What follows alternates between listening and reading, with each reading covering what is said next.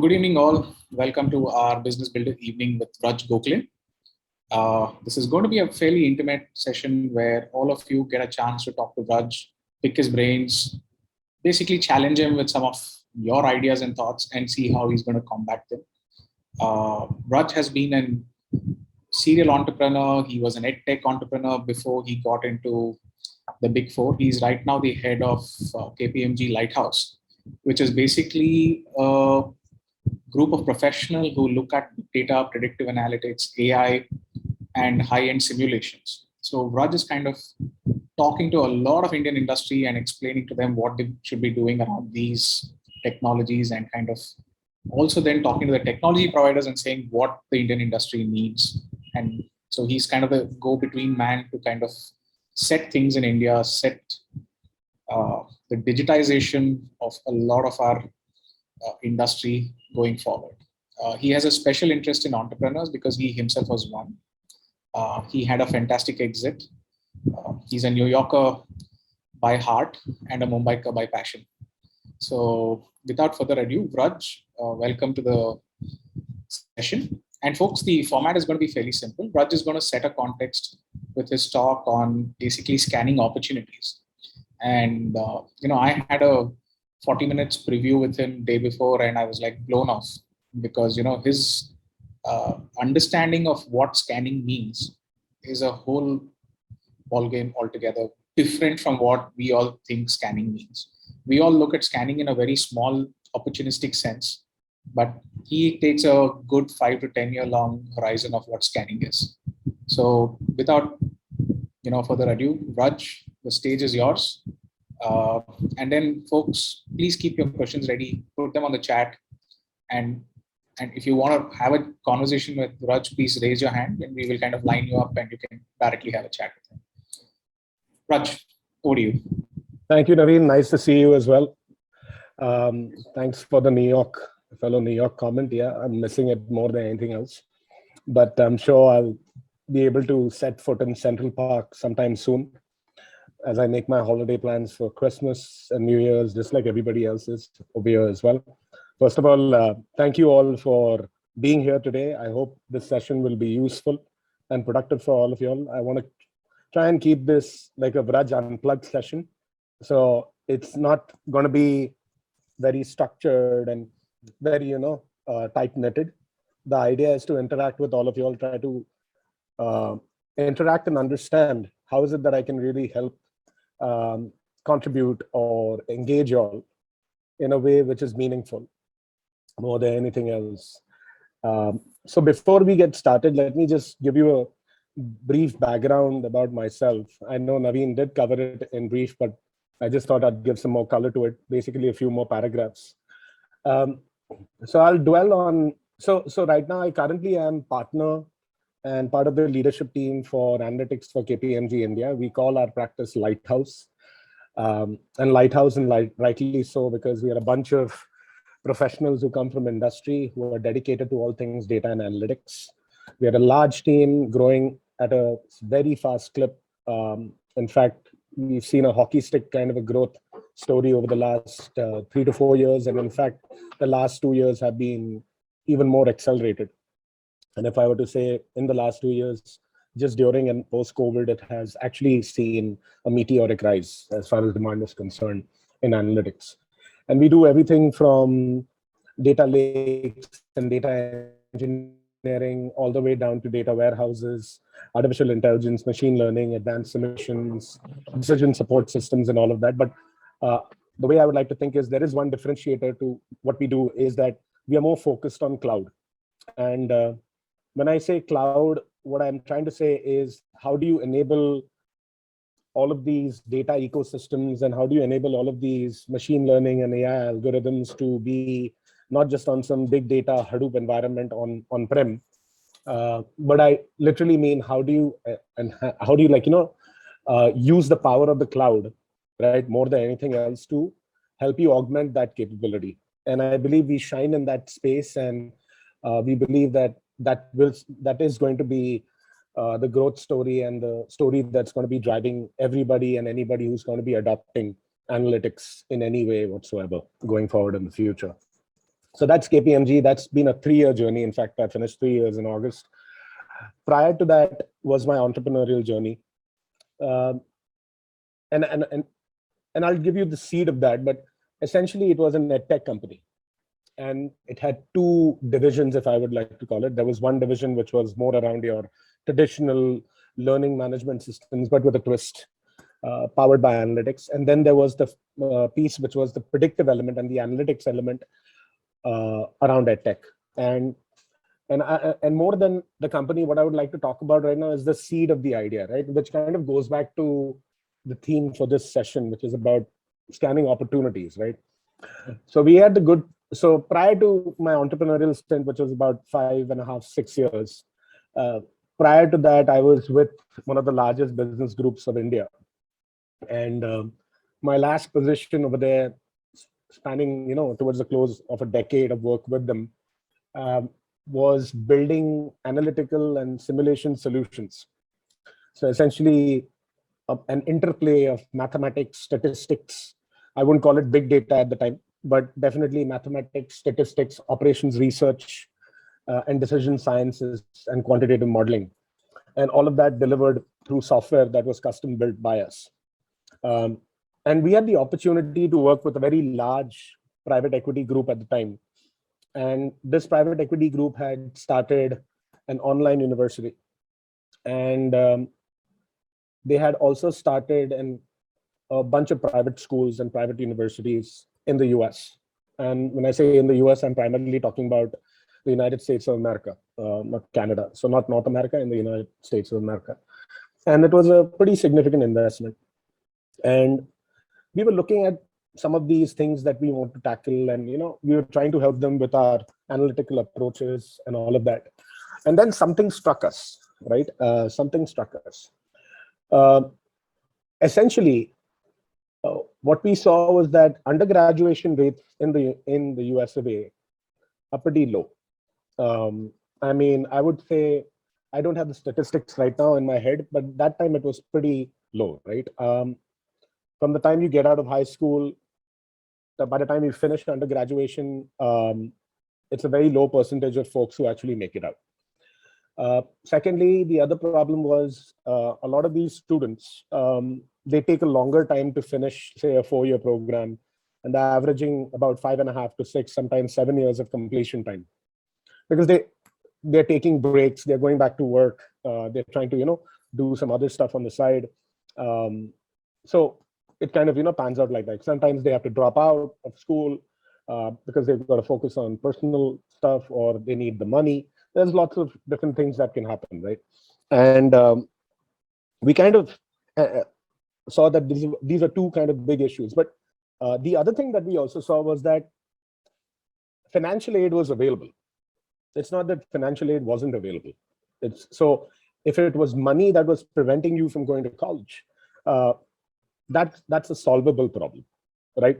Now, it's another thing. It could be a community college where it's a lot cheaper, but at the same time, the standards of education may not be as high as, say, a private university or a public universities. But the point was, there's financial aid in bits and pockets all around, and it's embedded in all these grants, and it's embedded in all this paperwork, right? And it's a very closely monitored, regulated system, of course, right? So it's not easy to figure out whether, hey, if I want to go to this college, can I get a grant to finish my math undergrad, right? Or my science undergrad? And STEM is always a big problem, right? STEM, in fact, you would have heard the ex-president of the United States of America saying, rather, 2 presidents before, emphasizing that, we need a lot more STEM graduates today than what we have now. So there's these multiple waves that are coming on, right? And multiple opportunities that we saw.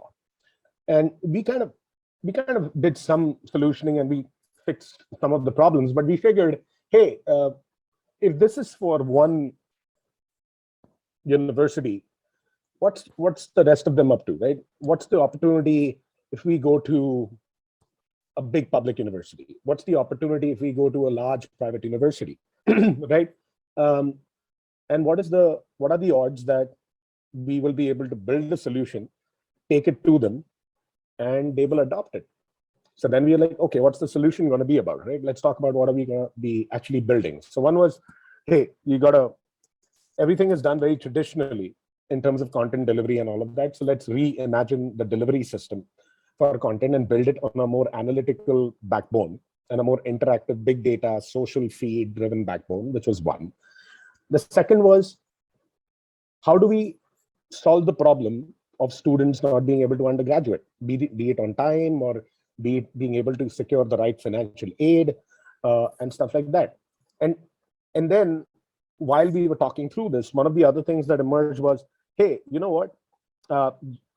All universities have to show due cause in the sense that they've been trying to keep students back, right?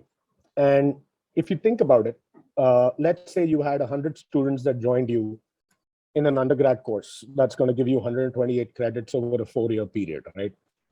And let's say these students are coming from all over the block. So some who are coming from north, south, east, west, different kinds of high schools. Each high school has a different kind of a ranking in the percentile in terms of how good they are, right? Everybody's coming from a different family background. Some people are first generation learners, which means their parents now went to college. Hey, some of them didn't even go to high school. And then you have those whose parents have gone to high school, went to college, undergrad, post-graduation, PhDs, a whole bunch of guys, right? Plus, which city did they come from? Did they come in from New York City, Kennedy High? Did they come in from Montessori, in some other state? So you have demographic information, financial information, all sorts of stuff, right? And then we kind of realize, hey, these are 100 students who've come in from different backgrounds. And let's say out of these 100, 40 of them, after 2 weeks, drop out of your course. Now what happens to you? This course is going to last you for 8 weeks. You've already got the investments in the teachers, the infrastructure. You've already got investments done in auxiliary stuff to support the whole thing, right? That money's not going to come back. And guess what? The course multiplied by the fee, that's gone too, because the students got 2 weeks to make up their mind, or even 3 weeks or 4 weeks in some cases, depending on the course. So we said, hey, why not have a very simple proposition where take that demographic data, take psychographic data, because there are a lot of the psychometric surveys and everything that you have access to. A lot of students take that for college preparedness, etc. Let's take data from learning management systems, because they have, and there are some established players in this who've been doing this for like decades. And then there's your ERP, which is your student information systems, which essentially has everything about, you know, what their grades were in high school for every year, how much did they score in math, how much did they score in, history, all of that stuff, right? And then you've got financial aid, which kind of also tells you what kind of a loan the student has taken, also tells you other things, right, that are important. Now, we said, why don't we take all of this information, use the power of machine learning and predictive analytics, and why don't we throw out a risk score? And we present this to an advisor. And just for everybody's benefit, an advisor in a United States university is someone who is attached to a student from day zero. So let's say if I have an advisor, he or she are very important to me in my life because they help me deal with my problems, be it the hostel, be it rooms, be it financial aid, be it stuff like, canteen. But most importantly, the advisor's job is to see that students are on track, because the teachers, they teach and they're supposed to assess, but that's it. They do go a far way, but at the same time, the advisors have core roles too. And this is one advisor tagged to maybe say 200, 300 students, in some colleges, maybe 800 students. So think about it. You've got 4 or 5 different streams. You've got a lot to ride on to keep these students back. And 3, you've got a lot of data, but you've got one person tagged to so many students. How do you do that? So that's when we came up with the product, and it was a predictive analytics solution that would take all of this information. We trained it on past data, etc. And then we built that product, and it was a completely SaaS-based cloud solution. And it was very simple. We kept the whole concept very simple, right? Because for 2 reasons. One is you're selling a very complex concept. And 2, what we really wanted to emphasize on was this will pay for itself.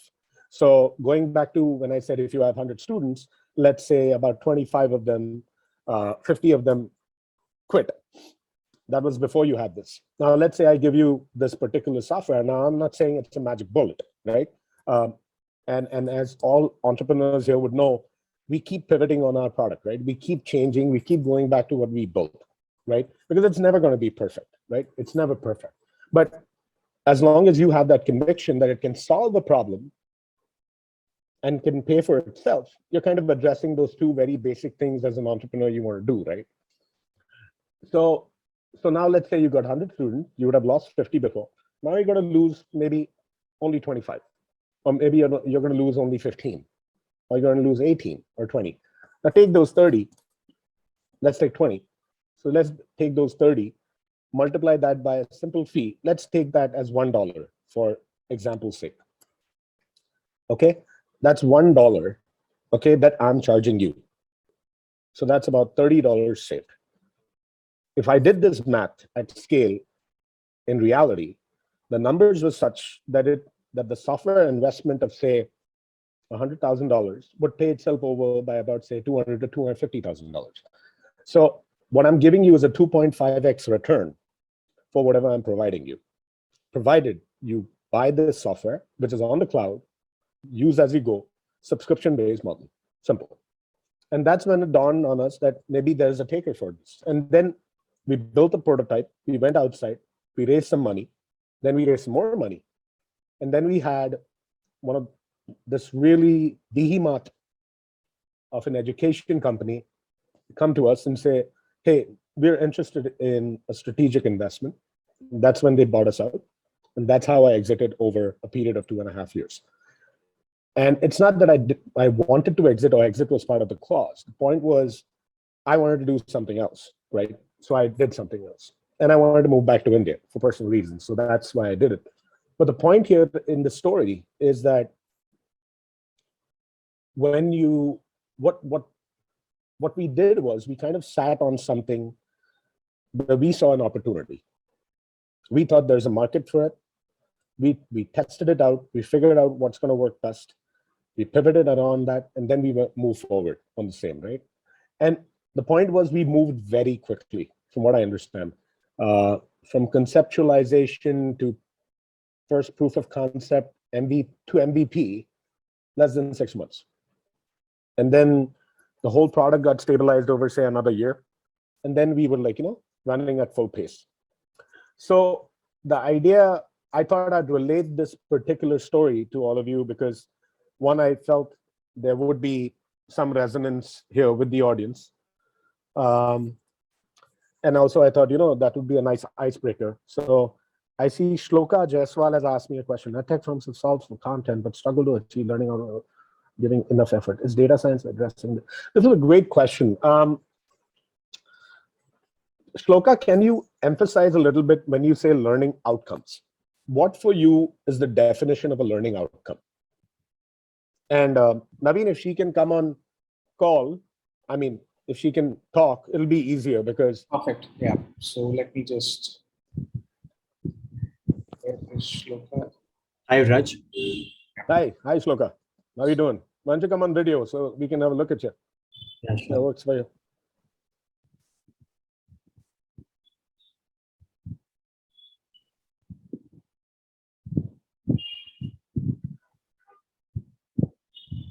Yeah, Raj. So my question. I can't see you actually. Maybe is it my computer or is it that it's blurred? Maybe some camera issue perhaps. Okay, go ahead. Whatever. Yeah. So my question was, so we have a lot of content, but so what is the learning outcome students are trying to get? Can it be defined as marks or I don't know actually how to define that question. Have a better society, that's the macro picture, but the micro picture is career outcomes, getting into a college, something like that. So there's two outcomes the way you think about it. See, one thing is a learning outcome and one is marks. It's like lead and lag indicators. Okay, think about it this way. I could spend hundreds of hours trying to understand calculus. That's my input. That's my effort. But my output usually is always weighed in terms of how many marks did I get in maths, and calculus has some weightage in that, right?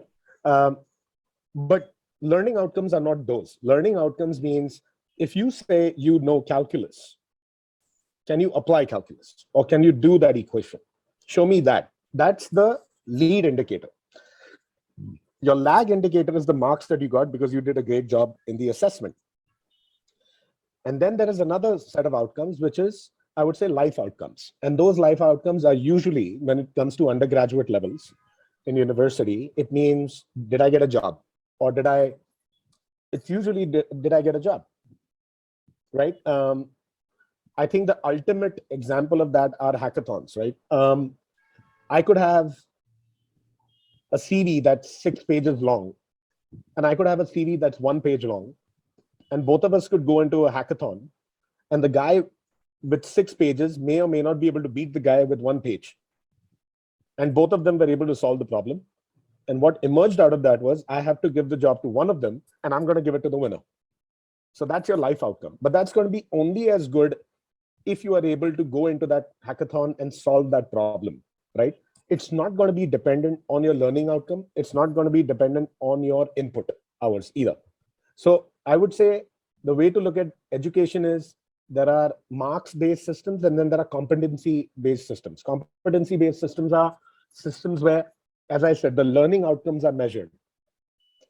And then you move to the actual outcomes. Rather than saying, hey, I've spent 100 hours on calculus. No. Did you crack that equation? How many times did you need to go do it to actually crack that? So I would say that is something that can be addressed. But for that, you need to have a very strong taxonomy-based structure. Think about it this way. If you had a data management tool in education, when you say English 101, you would break down that English 101 into a taxonomy. Let's say adjectives, adverbs, adverbs, commas, whatever, stuff like that. And then you would assign weightages to each one of those areas and say, this is a competency-based system. And the reason I call it a competency-based system is because then it's geared towards jobs. It's not geared towards academics. Because the end outcome, the way I visualize it, is that if the competency-based system is addressing a set of skills, and let's say tomorrow there are a set of jobs. And by the way, there are taxonomies like that in the US, all right, where they will say, okay, you need a fitter, or you need a mechanical engineer, or you need a mathematician. In mathematician, these are the competencies the person must have: ability to construct an equation, ability to solve an equation, blah, blah, blah.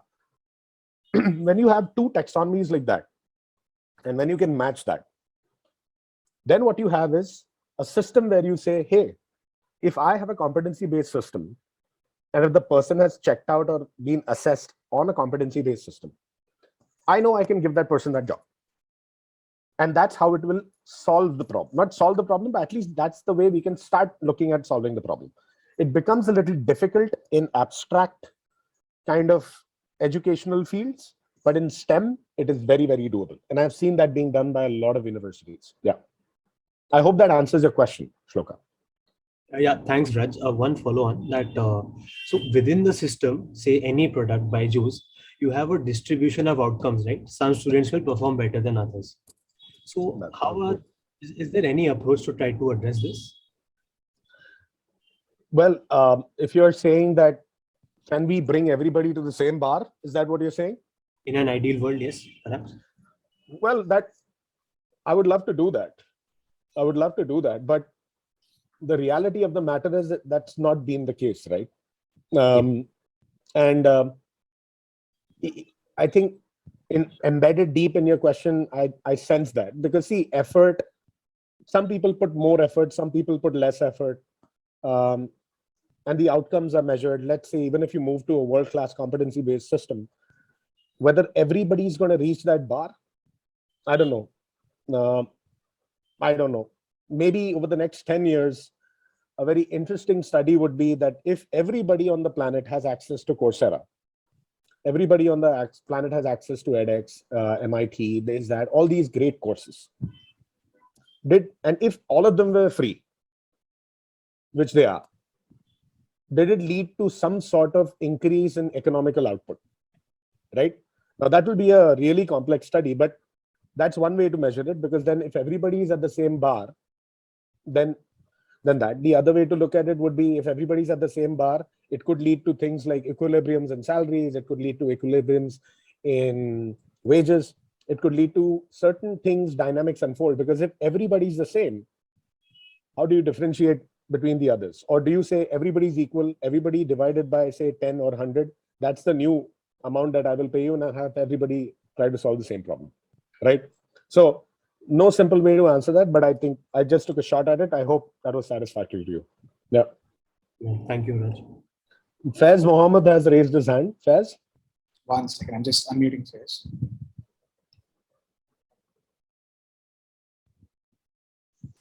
Yeah, Faiz, over to you. Thank you, Naveen, and hi, Raj. How are you? Hi, I'm good, Faiz. How are you doing?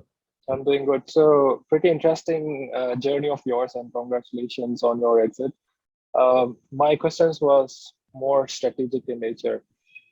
So, you said you wanted to build this predictive system. Now, ideally, what happens today, if I want to build a predictive system, my first thing is, how do I create an application which captures the data first, right? And then build on top of it. What I really liked, and that is kudos to you, and maybe everybody can focus on this. You did not create a system, rather you got the data from different systems. So you had this financial system, you had the ERP system, and I'm pretty sure you would have got system data from 10 other systems. How did you do that? Did you partner with those vendors, or did you partner with the institution, share the data? Because that is the key differentiator. And the second question is, and I'm pretty sure the answer to that is yes. When you started with a specific use case, and when you had the strategic investment from this education institution, they probably saw a different use case to address, probably, right? So did you already start pivoting to the new use case eventually? So these are the two questions. Good question. The first one is a great question. Let me answer that first. So you're right. One of the biggest problems is, how do you get the data? And in our case, it was not easy. We had to partner with a couple of educational institutions, and we had to build connectors from scratch. I'm pretty sure 5 years down the road, everybody's going to be able to expose an API and let someone consume their data as a service. But when we did this about, now it's 8 years ago, we had to literally build the connector from scratch. And it still meant that we didn't go after everything. We went after the market leaders. So we knew who the market leader in SIS systems was. We knew who the market leader in LMS was. We knew who the market leaders were in financial aid systems. We knew who were the psychometric and psychoanalysis partners. And we knew that they all have systems that don't talk to each other. So it is not in their interest to build a connector. It is in the interest of the educational institution to build a connector. And I cannot influence these vendors, but the educational institution can influence them, right? And there are bodies like IMS, etc., in the US that facilitate this, right? They do facilitate this, but it's still a slow process.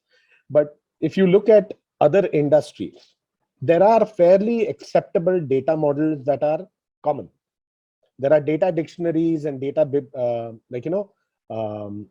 bibliographies. There are data taxonomies that are fairly common. So in our case, to answer your question, yes, we had to build our own connectors and we had to standardize them. And that was one of the beauties, right, of our solution, that we could bring all of this data together in one place, and we could make some sense out of it. and help the university rather than them having to watch 4 different screens with 4 different applications and trying to put that into some Excel and trying to come up with some analyses of their own through a pivot chart, right? So I hope that answered your first question, Faz. Yes, that answers my question. So, so when you target those institutions, you have to make sure they use similar vendors per se to. You do an 80-20. You do an 80-20. Okay. So let's say if today you know that there is a certain vendor who has 70% or 65% of the market share of that software in the across universities in the US, there's a very high chance that that university has that too. And two, you pre-qualify, right? You pre-qualify and say, hey, we want to work with someone who's got this tech. And you have to also incentivize. So you can't charge someone for stuff that nobody's going to give you the keys to their house just like that. And you go in and say, hey, I'm not going to pay for anything, right? You got to pay for what you want. So the way we did it was we incentivized by providing access to our solution, sometimes a perpetual license. In one case, it was a 1-year freemium plus multi-year renewal kind of a model. So you've got to get them to, and the way for them to do that was to invest in us, right? Or we invest in them. In some cases, the former worked out, and in some, the latter worked out. Then you had another question, the second question, and could you repeat that, please? Yeah, so second question was more or less like, when you started getting access to data, you probably had some use case in mind. When the strategic hiring or strategic acquisition came into play, the use case probably would be much larger scope, a different use case altogether. So did you pivot already to a bigger use case? We actually started very small. We started with 2 sources of data, and we ended up with 4 or 5 sources of data. Our initial use cases were completely out of the box, which meant we weren't so worried about accuracy of prediction. We were not that worried about accuracy of prediction. We wanted something that could be up and running in 7 days.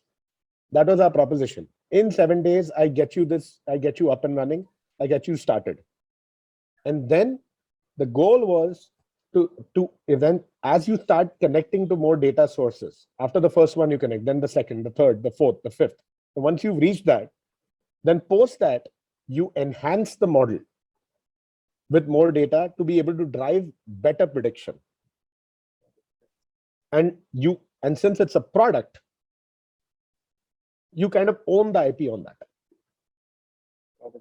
One last question. So I'm a little greedy here. I need to take care of other people as well. Did you end up partnering with all of these data sources saying, why don't you sell this as an add-on of my product to your existing customers and let them also get benefited of this score? So did you have that kind of partnerships eventually? No, our partnerships were through partner programs with the vendors of these software systems. So we became gold partners, platinum partners, all of that, for which we had to pay a fee, and we got onboarded that way. That was how we worked, because every university's data was protected. We never had a cloud where everything was all together. No, everybody was a single tenant, and our partnerships were more with the vendors for the software systems to these schools. Yeah. Thank you so much, Raj. Thanks, Faz. How to ensure data privacy in database marketing? So, one of the things here is regulation. Ashish, while I won't comment upon all of that completely, but what I would say is GDPR has brought in some visibility. I know that there are things going on where the government is very, I would say, concerned about an individual person's data privacy. And I know that there are things that will be rolled out. The first thing that you need is a very strong regulatory framework. And when you have a very strong regulatory framework, things start to come into play. All of you are already seeing what's going on with some of these social media guys globally. It's in the papers everywhere. So I won't comment further. But all I will say is one is a very strong regulatory framework. And as we mature as a country, as we mature as in our legal frameworks, I'm pretty sure we will have that. The second point, which is very important, is around custodianship and stewardship, right? Who has access to this data, right? So it's not that this data just landed up miraculously in your hands, right? There was somebody who kept the door open, right? Somebody who kind of gave you the keys to the lock, right? Who's that person? Where did that come from? Also the channel, right? Now there's stuff being forwarded on WhatsApp, left, right, and center. Where did it come from? Where did it emanate from? What's the validity of that? Right? What number was shared? Where did it come from? Now these things, and I can tell you that this is a data management problem more than a data privacy problem. Data privacy is of course stemming from that, but the core to this is how you manage your data. If you have a database where every person has access to that database, can just run a query and pull whatever information they want, then you're in trouble, right? You're in serious trouble. And especially when it comes to PII, personally identifiable information, that's an even bigger problem. Now let's say tomorrow, if you start a venture where you're dealing with HIPAA or some of this other data, and if that gets exposed, you'll be in bigger trouble, right? So how you design your database, who you give access to from that database, who is the custodian of that, who is the steward of that, what is the structure around that? If today I want some data, is it that I can just go open the door and get data? Or is it that I have to go ask someone who's a data officer and say, and it doesn't mean a data officer means you have to spend lots of money and hire somebody who's wearing a suit and sitting there. No, all it means is there's someone over there who has access to the data. And even this person has limited access in the sense, so which means how do you encrypt your data at rest? So if your data is at rest, when I say it's at rest, it's not moving, it's in a container database. How do you encrypt it, right? What fields do you mask? Who gets to see what? That is a very important part of ensuring data privacy, how your data is stored, managed, encrypted, how it is governed, how the metadata behind that is set.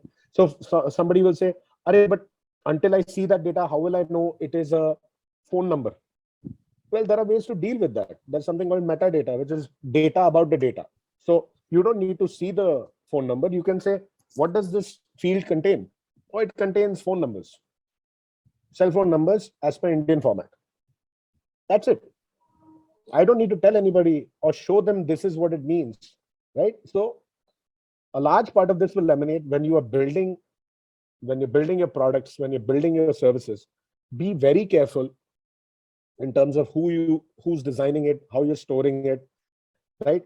There are lots of great assessment frameworks out there, right?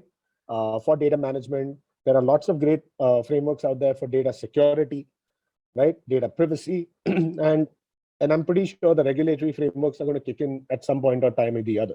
So I would ask that if you are in the business of tech, or even if you're not in the business of tech, if you're dealing with PII information and sensitive information, be very clear in terms of who touches your data, who has access to it. And that's simple. Okay, those kind of configurations are already provided by some of the best OEMs on the planet. And they have great products that have a lot of these good features. So it's just about using those features and ensuring you don't open the door. Okay, I hope that answers your question, Ashish. Yeah. In fact, this is a huge field. I can tell you with experience that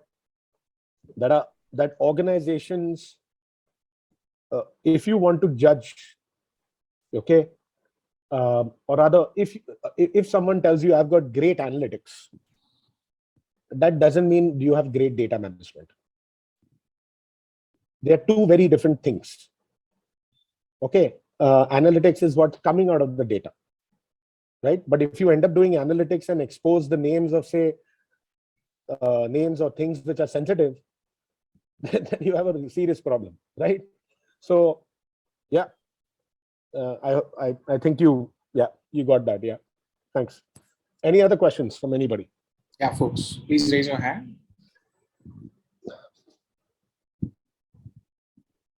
So Raj, let me ask you a question while people are typing something.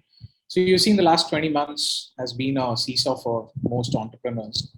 And we had a very interesting discussion 2 days ago. So what are the things that you have scanned as an opportunity or what you've observed in the last 20 months? And for this group over here who are fairly opportunistic, where do you think the next 3 years, the moolah lies, if I have to put it directly? Well, with the way things are going, I think moolah is everywhere.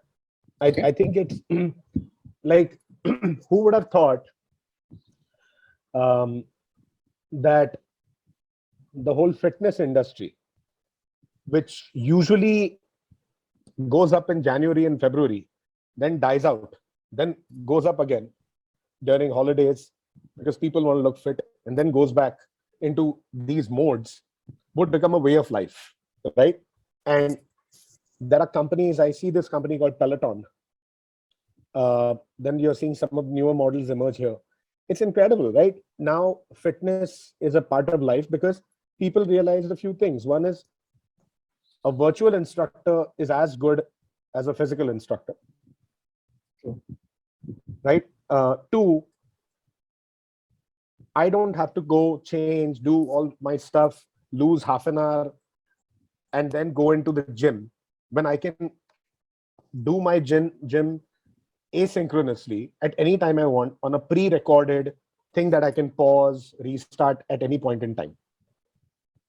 Three, analytics has enabled personal assistants in fitness to go at a different level altogether, right? And fourth, gamification and socialization, right? I can create modes for myself where I'm competing with others. Plus, I have my fitness devices that can track everything, right? If I'm also wearing things like the Aura Ring and all of that, I know my sleep patterns, everything. I've sensorized my life. And soon I realized that, hey, it doesn't take so much to lose those 10 pounds that I've been wanting to lose for a while now, right? It is genuinely possible inside my house. And I get a similar, I won't say the same, I get a similar experience to what I get in the gym. And the things have just exploded. Look at the whole industry around bicycles, right? The bicycle industry has grown at a pace which is unlike any other in the last 20 years, 30 years. Why? That fitness thing carried on. It pushed itself. So did I see that coming? No, I didn't see that coming, honestly. But what I did see coming was, I saw a lot more people on the streets walking at times or running at times when I'm the only guy running. Like in the morning at 5:30, 6 o'clock, or in the evening at 6:37. There's an unusually higher number of people walking, running, cycling. I did see that. So one thing was, if you look at the shoe industry, they still sold a lot of shoes. The sports industry, they did sell a lot of fitness equipment. I bought a whole bunch of dumbbells and barbells for my house, and I exercise in my house. I haven't gone to the gym. I don't think I will. I might, but at this moment in time, I want to stay at home and work out. And believe me, I've lost 6 kilos. I was 91. I'm 85 now. And I've not done anything extraordinary. All I've done is track my steps, run, track my Nike Run app and my Map My Run app. I've been tracking all of my data. I have just generally, I have a group which meets virtually and we compare notes. Hey, how much did you run? This, that. We gamified that, right? So we've got all of those things together and we've started to motivate ourselves more than anything else. So I would say that. But if you ask me going forward, what do I see? I think there's so much of space to digitize everything. I'll tell you a very simple one. And I'm sure somebody over here or somewhere out there is working. I think I'd come to, at one of our Time Mumbai conferences a few years ago, there was a guy who was trying to build something like this. So even today, my microwave's been acting up for a few days, for a few months now. So we changed something called magnetron or something inside one big component and all that. It faltered again. I call this guy, and this is a service center. He says, okay, so I've taken down your complaint. I said, my number is so and so. He didn't say a word. 2 months ago, I'd made the call to the same call center. I had given all the information, my name, my address, my email, everything. And all they did was send me another number. This is your ID complaint number, right? Then the guy comes home. After doing everything, fixing everything, he again asked me to sign a form. Then he asked me, can you put down your name? Because he doesn't know, because he's the dispatch field service, and the guy is the dispatch guy in the call center. They do their jobs, 2 jobs differently. But hey, I'm the same customer. Sure. 2 things. One is, why can't this whole thing be on a blockchain? Why can't this whole thing be on something like a digital ID that you create for a customer instantly? Why can't this be something which you scan, right? You just scan, once you have my name, when you are sending something, you scan something like a QR very quickly against that particular service request, auto-populate a form, create a digitized version of it, put it on a blockchain, make it an intelligent digital contract, close the goddamn thing, and give me an app for it. There are so many things. It's so simple, but the way things are being done, it's the same way I would say 15 years ago, 16 years ago, when Vijay sales used to, or some sales would take that number. So I don't know why this is happening, but the same opportunity exists everywhere. I go to a doctor and I hear that in the government, they're talking about electronic health records, but I think electronic health records have a huge upside potential, because if you just think about it, let's say if somebody's native to a city, you always have your favorite physician, and your physician has your life history because he just knows you and your family. But what about guys who, travel, guys who've been mobile, and mobility now may go down or it may go up depending on how it swings, but obviously mobility has gone down. But that said, why don't I have an electronic health record of myself, where all my, and once again, you can use a blockchain to put all the things that have happened to me, right? My mother has gone through 2 surgical operations on her back. Every time I went through the whole process again with them, it's very painful. And I can tell you that is about 10 to 15 minutes of loss straight away. If you multiply that by the millions and millions of transactions that happen every day, that's productivity improvement like no other. 2, aggregating that as a service line across all of these industries, that's a huge potential, right? So electronic health records, service centers, even things like omni-channel management. And this, I'm talking Kirana stores, small stores, right? I think if Paytm and some of these other digital mediums caught on so quickly, like Hellfire, I don't see any other reason why guys on the front line are not ready for digital transformation. And this creates opportunities at multiple levels. And the reason I'm saying this is because, see, you could look at building a product or a service that you want to sell to a 10,000 crore, 50,000 crore company or 100,000 crore company. Or you could sell to, say, a 50 crore, 100 crore company multiplied by whatever. And when I last checked, a lot of the companies are small micro companies. And are you designing a solution for them, or are you designing for the big boys? But if you design the solution for them, the use cases are going to be very different. They're going to be a lot more challenging. But my thinking is, if you can solve those challenges over there with zero digitization, scaling that up to higher levels of digitization is going to be super easy. Because the challenge, if you can, in fact, the complexity of our market with the whole language and all these angles, if you can crack this digitization on the front line, okay, for these small stores, small companies of India, depending on what your product is, I think there's a huge upside. Another place where I see a lot of potential is digitization of land records. and blockchain of land records, because I think that is a single big place it can be applied. Legal records, lawsuits. I think that's another big area for it. I won't go into document AI and stuff, being able to scan things, because I think been there, done that. A lot of guys are already doing it. So I'm not going to dwell on that. But generally, I think there's lots of pockets here. I think drones, with the whole implementation, I think the new policies that are going to come out are going to be far more friendly for drones. And I think drones are going to build an entire ecosystem of businesses around them. In fact, they are kind of one of those disruptive technologies, if you ask me, right?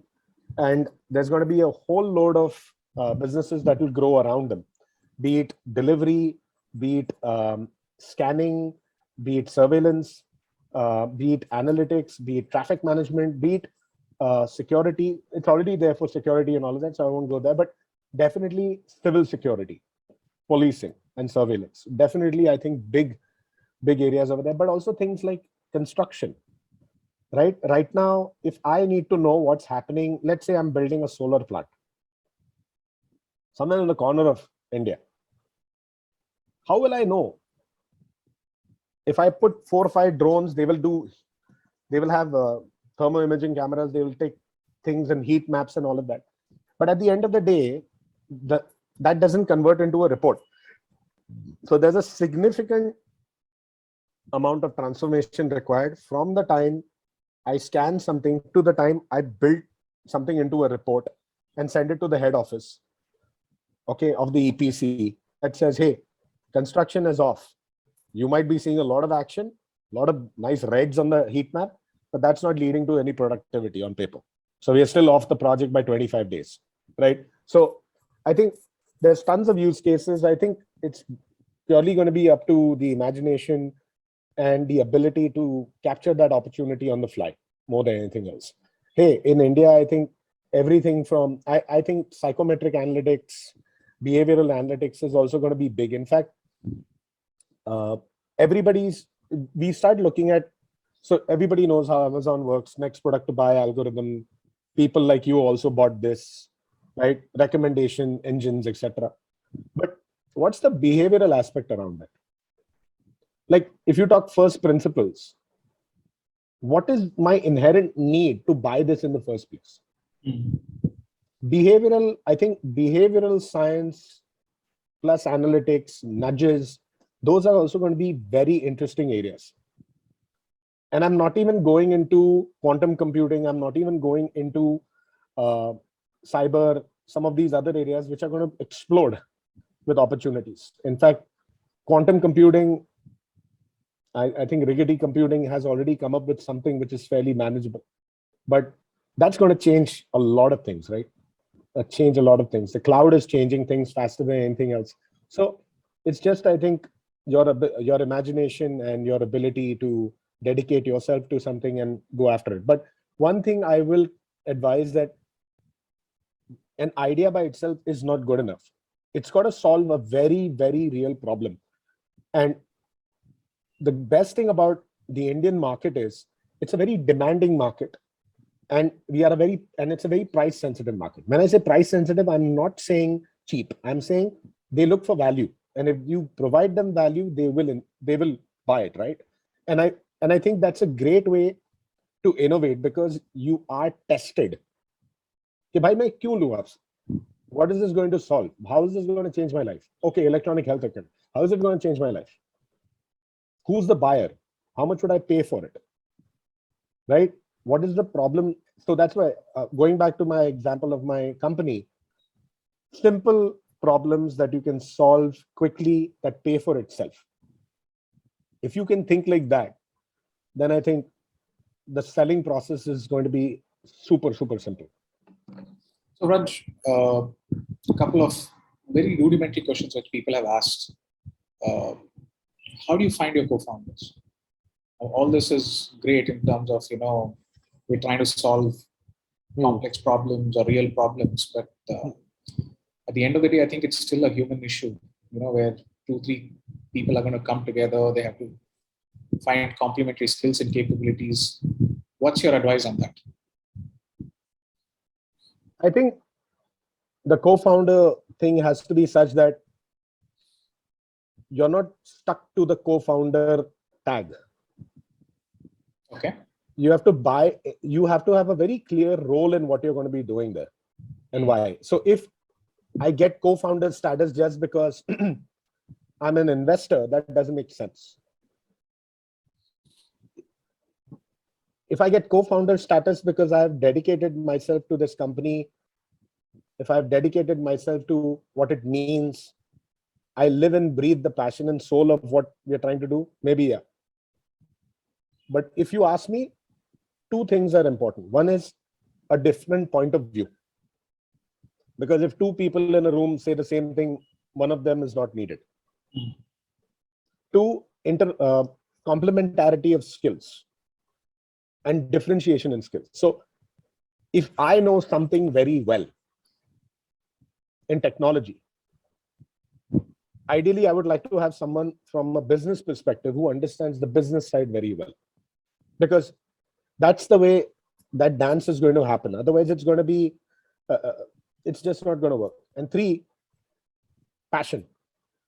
I think passion is something that comes out when you have to make those hard decisions, right? That, hey, are you ready to step down or do something that you wouldn't want to do, but you would do it because, we've got to save this company, right? That's how you would define. I'm not going to define passion here in terms of, oh, I'm so passionate, I wake up in the morning, all I do is live, breathe, and do this.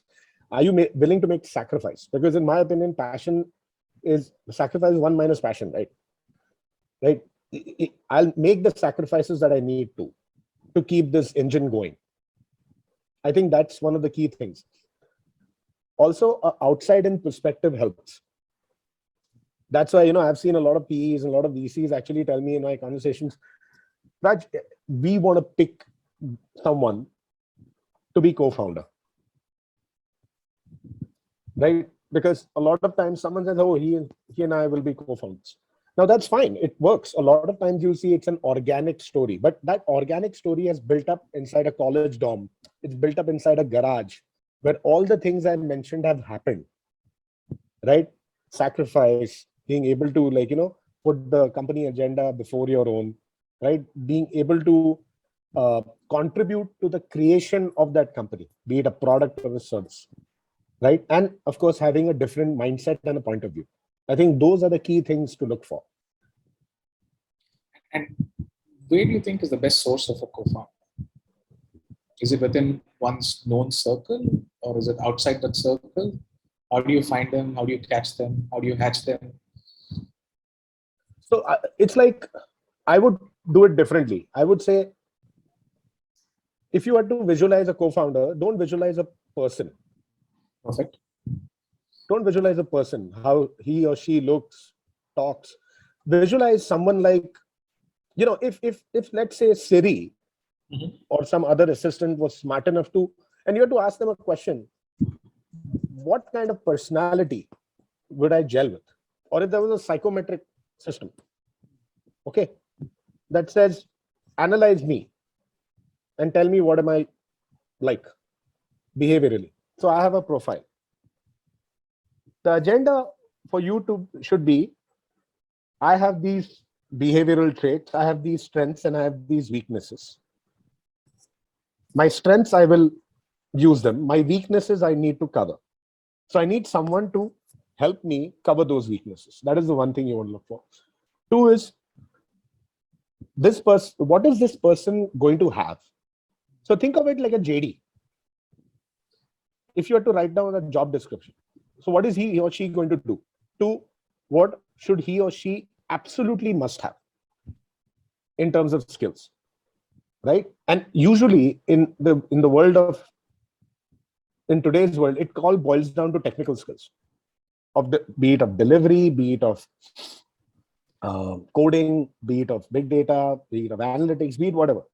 So skill, JD, behavioral alignment, I would say. But take the personality out of it. Oh, I like the guy. So no, don't do that. Can he help me build a business? Does he have contacts? Does he have a network? So the person who becomes co-founder comes with 6 years of work, 10 to 15 years of industry experience, 5 to 6 years of experience, has worked in ABCD kind of projects, has delivered ABCD kind of projects, has led teams ABCD, understands how cost works, understands how revenue works, knows P&L, has network, knows people, brings contacts, right? Is an influencer, is someone who can help me pitch big ideas.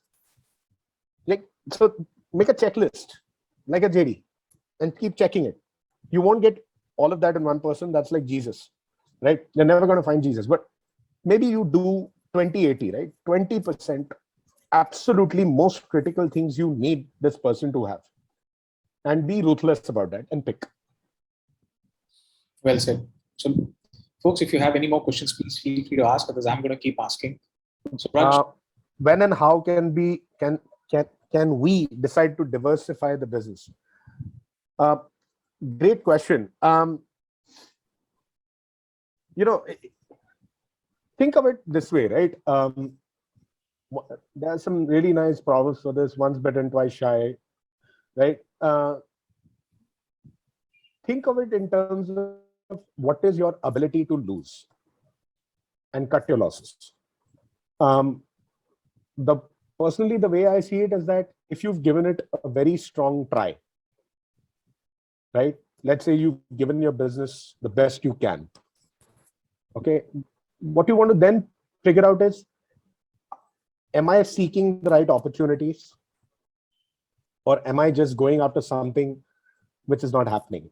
So one great way for diversification is to get client feedback. Get lots of feedback, client feedback, feedback from your employees, feedback from peers in your industry. And the great thing I've seen in today's times is, unlike before, where everybody was like, I'll keep this information to myself, I'm going to protect this with my life. Nowadays, folks are far open to democratize that knowledge and talk to other people. I have seen founders who've gone to other founders and said, hey, do you mind taking a look at what I'm doing and giving me a perspective, right? On what would I do? What would you do in this case? So talking to your mentors, talking to your peers, definitely getting lots of good client feedback, right? Is a very good way to stay on track. The other way, the other way you can actually look into this is to see how good your own product is in comparison to others, right? Sometimes so let's say you have a product that you're delivering. There's a competitor that's maybe selling more. Put yourself into their shoes and see what they're delivering. Okay? Put yourself into their shoes. See what is it that they're doing better, different than you are. Now, once you've gone through this entire checklist, if you feel, and also, of course, the size of the market, right? And there are some good ways to see that. What's the total size of the market? What's the overall increase rate that you're looking at? 2, do you see obsolescence by technology? Do you see barriers to entry? And there are multiple frameworks out there. So you can look for that, and you can Google that, and you'll get hundreds of them. These are some fundamental things that you must ask yourself. And 2, one question you want to ask yourself before you go to bed is, what you're doing, is it something you're doing for yourself because you had that idea? Or is this something that you are doing because there's a client out there who's willing to pay you money for this if you solve it, and if you solve it well? But to do that, do you have that ability to raise that much money? Do you have that kind of capital, or can you convince someone to raise that capital? Right? If not, are you biting off more than what you can chew? Then maybe you want to get out of that. But ask yourself this objective question every day and weigh it against all the other things I mentioned to you, and have a simple yes, no, simple kind of a rubric. Weigh that into the business. Do that exercise in a very objective, rational, ruthless way. And that is the hard part. All the analysis is easy if you have some good brains, and all of the folks over here are talented, I'm sure. The easy part is all of the analysis stuff that I mentioned. The tough part is being able to be brutally honest to yourself, or getting somebody else's view, absorbing that and saying, hey, yeah, we suck. Let's get out of this before it kills us, right? I think that ability to absorb that bitter pill is the toughest one. by the way, more than that.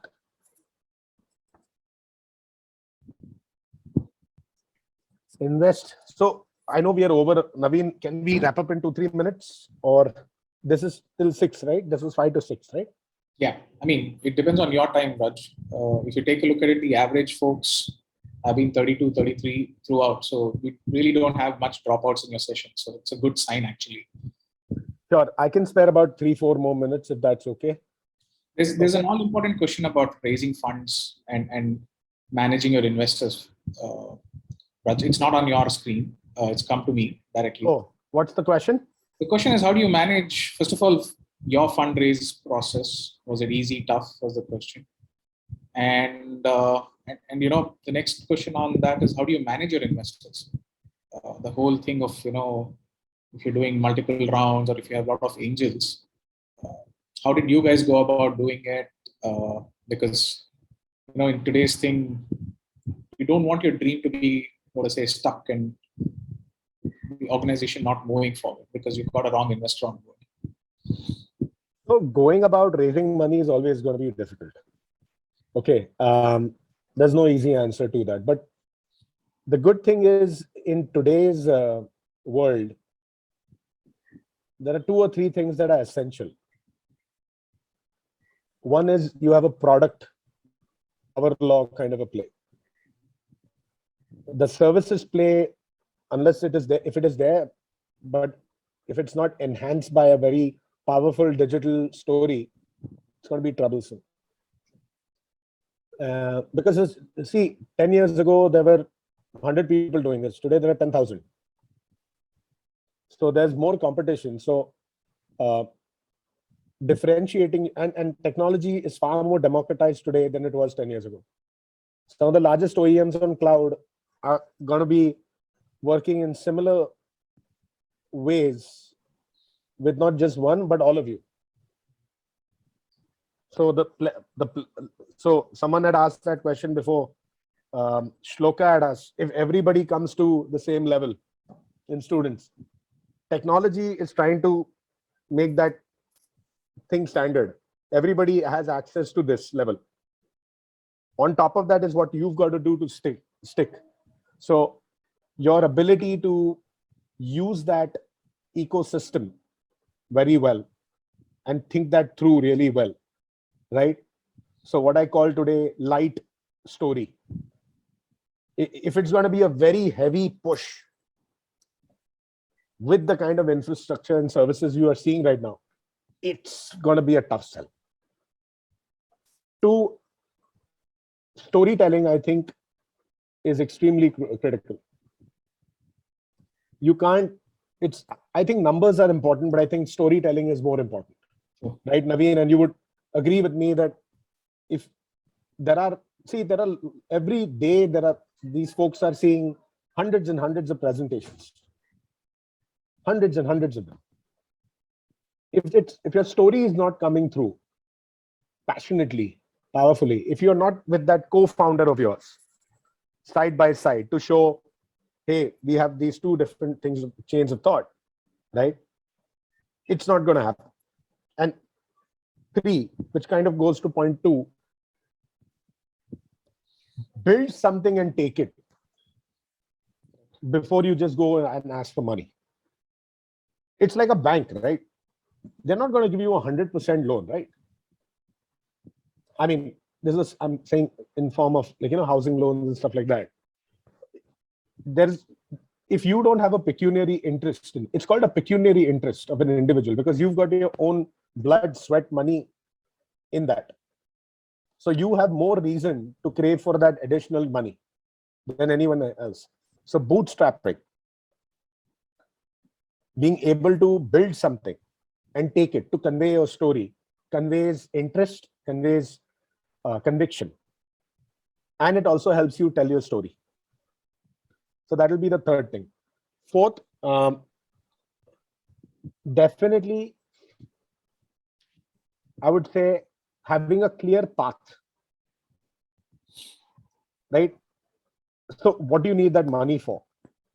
And if you go ask someone for money, it's okay. But what you're going to be saying is that, okay, do you have a very clear view of what you're going to be doing with that cash?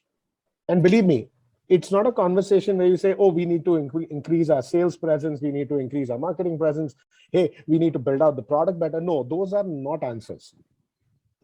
Your answers have to be super duper deep, in the sense, you know, you're going to spend every nickel and dollar in the right way. And you've kind of figured out what's important and what's not. One mistake everybody does is they want to leap after stage 1 is successful. They want to go to stage 10. I would say stick to stage 2 or stage 3, right? It's not that you can portray the roadmap till stage 10, but your immediate stage 2 and stage 3, what will you do now? Now that you could run 2 miles in an hour from 0, how will you get to 8 or 10? Which brings to the other point. There has to be an exponential increase or return. If not monetarily, relationships, embedding yourself in an account. What's the exponential effect, right? Of doing that. So your return from the first round was 1x or 0 point something x. It's got to be more than 1x. That's another thing that we've got to figure out. So all of these things, I think, are important, because see, investors, from what I know, it's like anybody's money, right? Are you doing justice to the money that I'm giving you? Do you know where you're going to spend it? Are you rational and responsible for it? Are you treating it like your own child, right?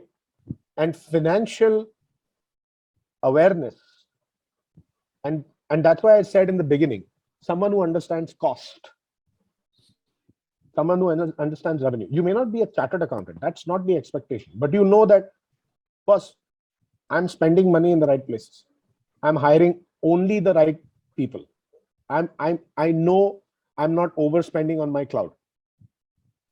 I'm optimizing how much I buy, right? I know I don't need a fancy office, right? I know I need to get inside this account, and I know I need to invest in this proof of concept and this MVP because there is a genuine interest. I know it can be shaped into an RFP. I know it can lead to bigger things for us. So being very clear about these things is what investors want, and investors treat them like folks who, they're not shark, but they're definitely guys who need to know on a regular basis what's happening with your money. And the more proactive you seem, okay, the more you will be considered in good stead. So that is the best way to manage your investors. And transparency. Transparency is super important. Like, I know there are multiple versions of the truth, right? But hey, there are white lies also sometimes. But at the same time, I'm saying, if you know you're in trouble, spell that out. If you need help, spell that out. If you know that this is something that if you didn't signal this today, it will be too late tomorrow, do it now. I think so. There's only one. We were there was a gentleman who said this in one of our conferences. Beautifully said. He said, bad news should take the elevator, good news should take the steps. And believe me, bad news does not mean it's bad for you. You may have done everything in your power to do it, which also opens up that interesting relationship between you and that investor. That, hey, is this guy supportive, or is this guy just here? He doesn't understand what I'm trying to do. He's just got some money. He's just put it over there, and he just wants a quick return out of it. Which also brings me to that question that somebody should have asked me, but I'm telling you to ask yourself. How do you want to pick your investor? Right. If you look at Shark Tank, if you watch it, one of the most interesting things I like to see in it is 2-3 investors have come and made a deal on a one-on-one basis with the guys who are pitching. And if you see the people who pick the investor they want to go with, there are multiple dynamics. They're looking at relationship. They're looking at long-term. Does this guy really believe in my idea? Passion. They're looking for multiple things. Because see, tali dono haathon se bachti hai. Just as much as he wants to invest in you, you should want him to invest in you. the compromise is everywhere there is compromise in life, but compromise is fairly less on both sides. If you are going in for a very large compromise and he has a very less compromise, then something else is going on. So you need to be very clear what your investor should look like. And believe me, there are investors nowadays who have niches by area, right? Some are very technology focused, some are not, some are in other place, some are sustainability focused. So you might have, so I would say the market is also growing like that. You can also pick your own investors. Okay. With that, I think we can wrap up. Yeah. Okay. I hope this session was useful for everyone. I love feedback personally. I'm a very feedback driven person. So if you guys liked what you liked the session, if you could just put a thumbs up or a yes in the chat box, and maybe, you know, then someone from the Thai team can share that with me. I will consider that as a positive feedback loop. We'll do that, Raj. So folks, please share that. And thanks a ton, Raj. Let me assure you that this is not the one and only kind of a thing. So we will do more often. We might even segment it and, you know, go sector by sector and pick your brains on such things. And in fact, some of these things are folks who have attended here itself will come and ask us saying, why don't we do a deep dive into EdTech or a deep dive into AI and stuff like that, which could be one of our next conversations with you. So please feel free to ping us, folks, and we'll do that. And thanks a ton, Raj. I still feel we have just scratched the surface, especially talking entrepreneurship. So we will kind of deep dive with you as we move along. Sure. Thanks a lot.